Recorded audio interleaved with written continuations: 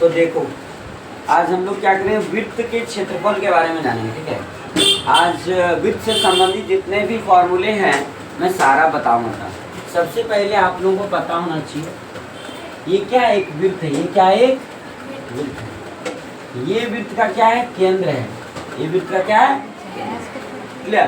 तभी वृत्त के केंद्र से जब वृत्त की परिधि तक लगातार एक रेखा यदि खींचा जाता है तो ये वृत्त का व्यास कहलाता है। क्या कहलाता है, वृत्त का व्यास। तो याद रखोगे इसको वृत्त का व्यास कहते हैं। क्या कहते हैं, वृत्त का व्यास। कहोगे सर वृत्त की त्रिज्या क्या होती है, वृत्त की त्रिज्या बेटा हमेशा याद रखना व्यास का आधा होता है। व्यास का क्या होता है, आधा होता है। मान लेते हैं इधर देखो अनिशा, ये वृत्त का केंद्र है बेटा। वृत्त के केंद्र से जब कोई भी रेखा वृत्त के परिधि पर खींचते हैं तो वो रेखा क्या होता है, एक तरह से देखा जाए क्या है, आपकी वृत्त की त्रिज्या कहलाती है। जितने भी लाइन खींचेंगे केंद्र से लेके वृत्त के परिधि पर सारे के सारे क्या होगा, त्रिज्या होगा। और यदि लगातार हम इस तरह से सीधी रेखा खींचेंगे जो वृत्त के केंद्र से होते हुए परिधि के दोनों तरफ एक तरफ से ही करेगा तो सारे वो व्यास कहलाएगा। क्या कहलाएगा, व्यास कहलाएगा। क्लियर। तो याद रखना सबसे पहला बात आपको क्लियर हो गया, वृत्त की त्रिज्या जो है इसको हम लोग आर से भी लिख सकते हैं। क्या लिख सकते हैं, आर।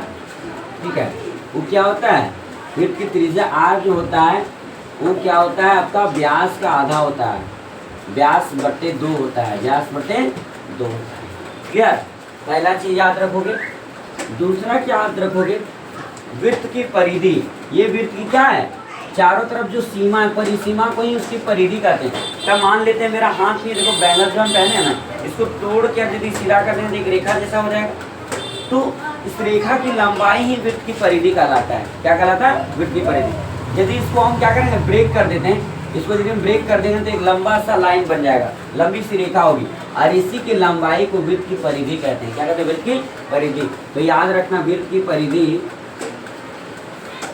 परिधि 2 पाई आर होता है। कितना होता है, 2 पाई आर। क्लियर।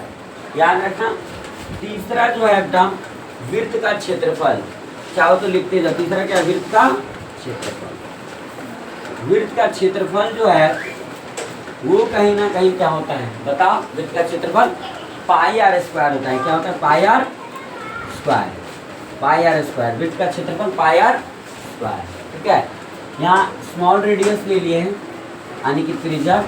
आप बड़ा आर भी लिखोगे, जो फॉर्मूला बड़ा आर लिखें, बड़ा आर। ठीक है।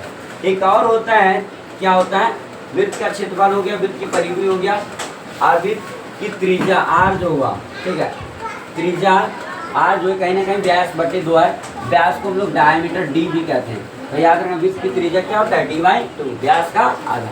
ठीक है। एक और होता है यदि हम लोग इसका निकालना चाहें एरिया, यदि इसका निकालना चाहें एरिया, किसका एरिया निकालना चाहें, एरिया, इसको त्रिज्या खंड कहते हैं। इसको क्या कहते हैं, area of sector. Area of sector. Area of sector कहने का मतलब ये होता है वृत्त का क्या, त्रिज्या खंड। क्या होता है, वृत्त का त्रिज्या खंड। क्लियर। इसको क्या हम लोग वृत्त का त्रिज्या खंड कहेंगे। क्या कहेंगे, त्रिज्या खंड।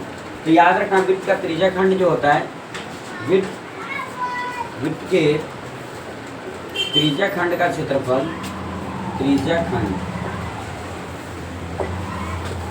का क्षेत्रफल जो होता है वो याद रखना होता है θ/360 into pi R square. θ/360 into pi R square याद रखना। ठीक है, ये हमारे मेन फॉर्मूले हैं। इतने फॉर्मूले के अंदर आप वृत्त के क्षेत्रफल से संबंधित सारे सवाल का जवाब कर सकते हैं। कंप्लीट।